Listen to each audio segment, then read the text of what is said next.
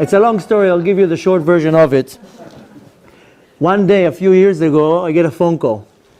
And a man on the other side of the line with a very heavy southern accent, Rabbi Nava. And I'm like, yeah? So, anyways, long story short, let me tell you the long story. It's a long story, but I'll tell it short. This guy tells me, listen, my father just passed away, and he asked us to call you, and we need to know how to bury him. I said, well, the last time I checked, I'm not Chevre Kadisha. Why are you calling me? He's like, well, we didn't even know he's Jewish. And it's the first time we just found out that our father is Jewish. And he left a note that we should call you to ask you how to bury a Jew. Bemet, long story short, a guy lived his life like a non-Jew. Married a non-Jewish woman, had non-Jewish kids, non-Jewish grandkids. And sometime towards the end of his life, he got diagnosed with a disease. He was in his late 80s. So now, the wheels start turning. Oh my gosh, I'm about to give back the soul. I'm going back. So he goes to Dr. Google, and he writes in the search box, is there life after death? And sure enough, who shows up? Me. So he watches a video, and suddenly he gets a smack to his face. And he starts watching another video, and another video, and another video, and before he knows it, he's like, oh my gosh, I'm dying, and I have nothing. Okay, so bemet, a long story short, the guy calls me, I tell him, okay, where's the body? He gives me some name of a town. I'm like, where is it, on the moon? I never heard of such a town. He's like, well, it's like 60 kilometers, 60 miles east from Sacramento. I'm like, I'm in New York. Why are you calling me? Long story short, there's a situation. There's an emergency. A Jewish body is somewhere in the 60 miles from Sacramento. It needs to be right away be taken possession. Right away. It has to be guarded, it has to be cleaned, it has to be buried. Long story short, I lived at the time in New York. It was like maybe 6-7 years ago. Started tons of phone calls, locating a rabbi in the areas that can go to get the body right away. After a while, calling a million places, I call one place that was in Sacramento, San Francisco, doesn't remember, where they do the tahara, the purity of the body.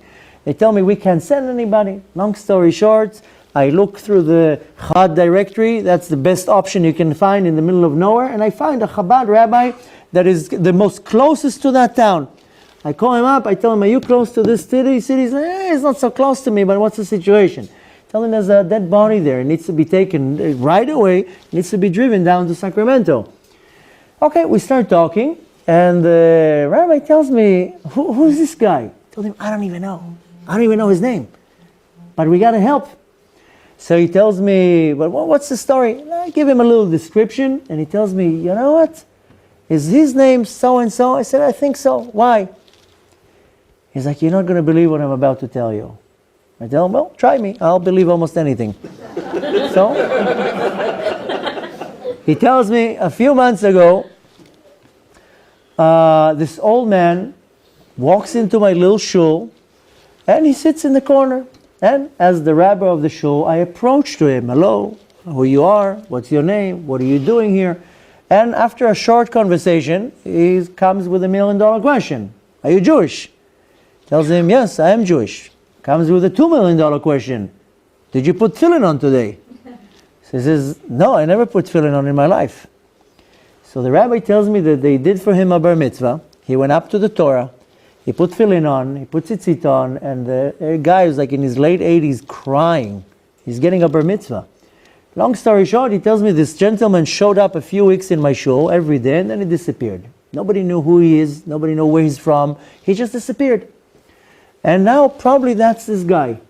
Now, bemet, a long story short, it's a 2-hour story, just how we had to logistically do things here. But nevertheless, what happened is that this young individual in his late 80s gets diagnosed with a disease, and the doctor's telling him, you're dying. And he starts thinking, well, now what? Where am I going? So bemet, he finds my video online, starts following all these videos, and decides to make Chuva. And then he writes a note, I want to be buried like a Jew. Because in his will, he asked to be burnt, that some of the ashes should be buried next to his wife, and some of the ashes should be buried over there. And suddenly says, I don't even know how to get buried. The kids are calling me, and they're like, we didn't even know our father's Jewish. And long story short, Bemet, with a lot of logistics, we somehow got the body. And the thing is that the kids were like, we're not going for this. We're burning. It's the cheapest. And I was like, there's not going to be any burning today.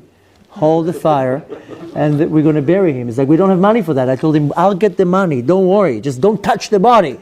I'll fund everything. And in my mind, I'm like, I don't even know where I'm going to get money for that. But nevertheless, I was like, first don't touch the body. But the point was that we somehow were able to get the body enough in time to do tahara, to do the purification, because after a certain while, when the body starts decomposing, you can't do it anymore. The point was that he got a Jewish burial, he did bar mitzvah, and obviously, Bezrat Hashem, he did Chuva right before he left. Now, I don't remember how old he was, 88, 89, I didn't get into too many details. But you see that a person in the last moments of his life, he lived his life like a non-Jew. Needless to say, they never celebrated Shabbat, never celebrated any holiday, never ate kosher, never did anything.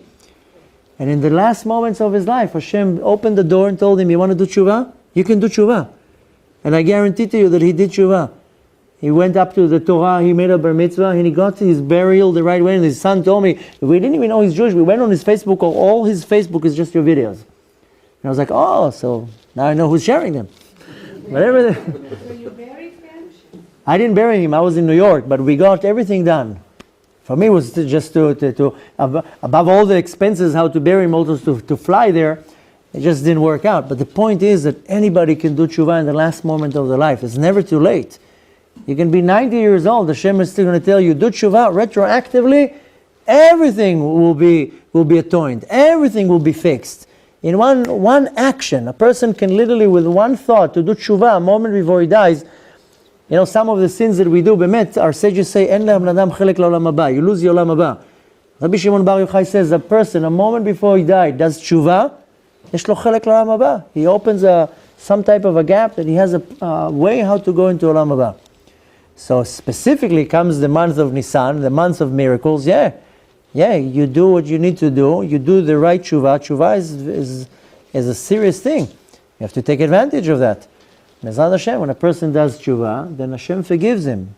Hashem says, if you're real, you show me you're for real, I'll turn the world upside down. That's what people don't understand. Hashem puts a sword on their neck, and people start panicking, and Hashem says, all I want you to do tshuva. I'll make the whole world turn the other direction. You can't even believe what Hashem can do. Hashem will turn the whole world upside down for you. Just do the real tshuva. So we have to take advantage of that. Hashem gave us such a gift. We can't let it go in front of our eyes. Because, life goes like that. And you don't want to get to the moment that you're like, oh my gosh, I missed. I didn't buy the lottery ticket. The tshuva is lottery ticket. The tshuva changes your life.